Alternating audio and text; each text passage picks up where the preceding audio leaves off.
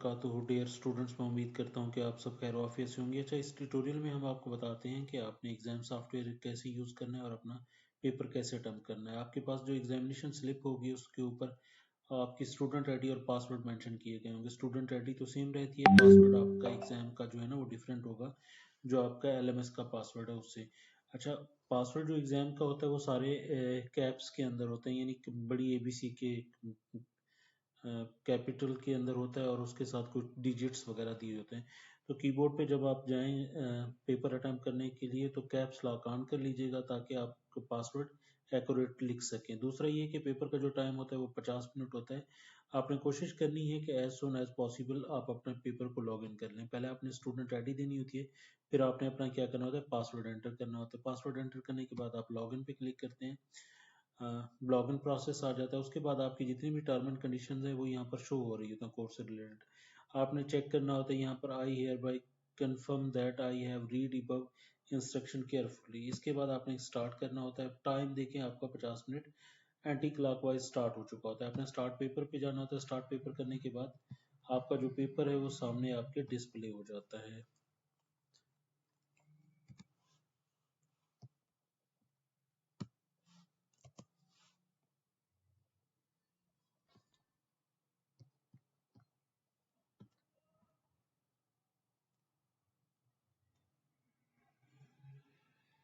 अब ये नेट की प्रॉब्लम की वजह से थोड़ा सा ये इशू हुआ है, अदरवाइज जो है ना ये इशू नहीं होता। तो देखिए आपका पेपर स्टार्ट हो गया। यहाँ पर आपकी तस्वीर होती है, स्टूडेंट आईडी लिखा होता है, लॉगिन टाइम आपका लिखा होता है, पेपर का नाम लिखा होता है, क्वेश्चन नंबर 1 है आउट ऑफ 26 आपके क्वेश्चन हैं। जितने भी आपके क्वेश्चन होंगे वो मेंशन होंगे। यहाँ पर आपका टाइमर चल रहा है।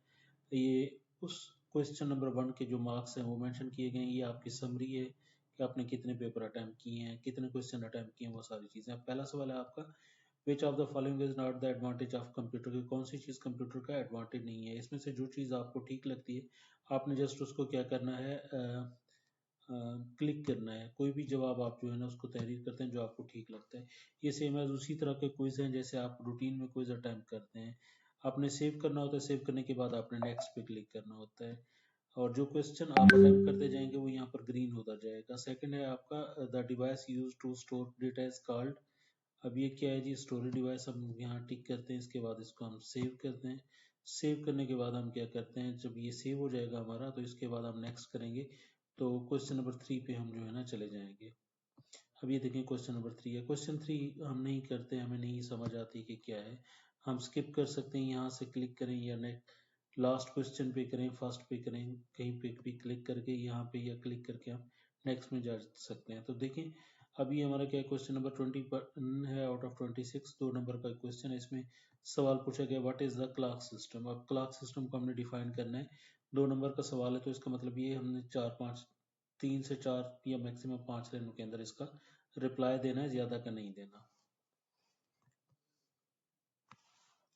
यहाँ से हम इस हेडिंग को कॉपी भी कर सकते हैं।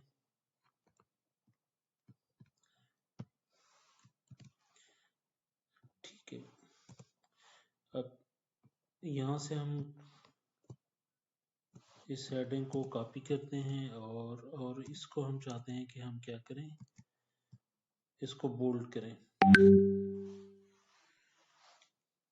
बोल्ड की ऑप्शन यहाँ पर जो है ना ऑलरेडी दी गई है।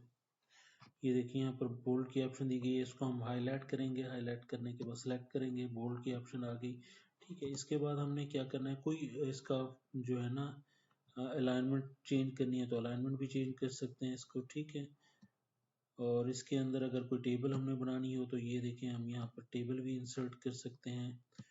तो जो भी हमने यहाँ पर जो चीज़ें करनी होती हैं उसके अकॉर्डिंगली हम यहाँ पर चीज़ें कर सकते हैं। ठीक है, इसको अब सेव करते हैं। सेव करने के बाद हम नेक्स्ट पे आ जाते हैं। तो लॉन्ग क्वेश्चन पे आते हैं। लॉन्ग क्वेश्चन हम क्या करते हैं, सेम एज देखें ये लॉन्ग क्वेश्चन लिखा हुआ है, इसको हम यहाँ से कॉपी करते हैं। कॉपी करने के बाद यहाँ पर हम इसको पेस्ट करते हैं। तो इसके बाद हम इसको सेव करते हैं।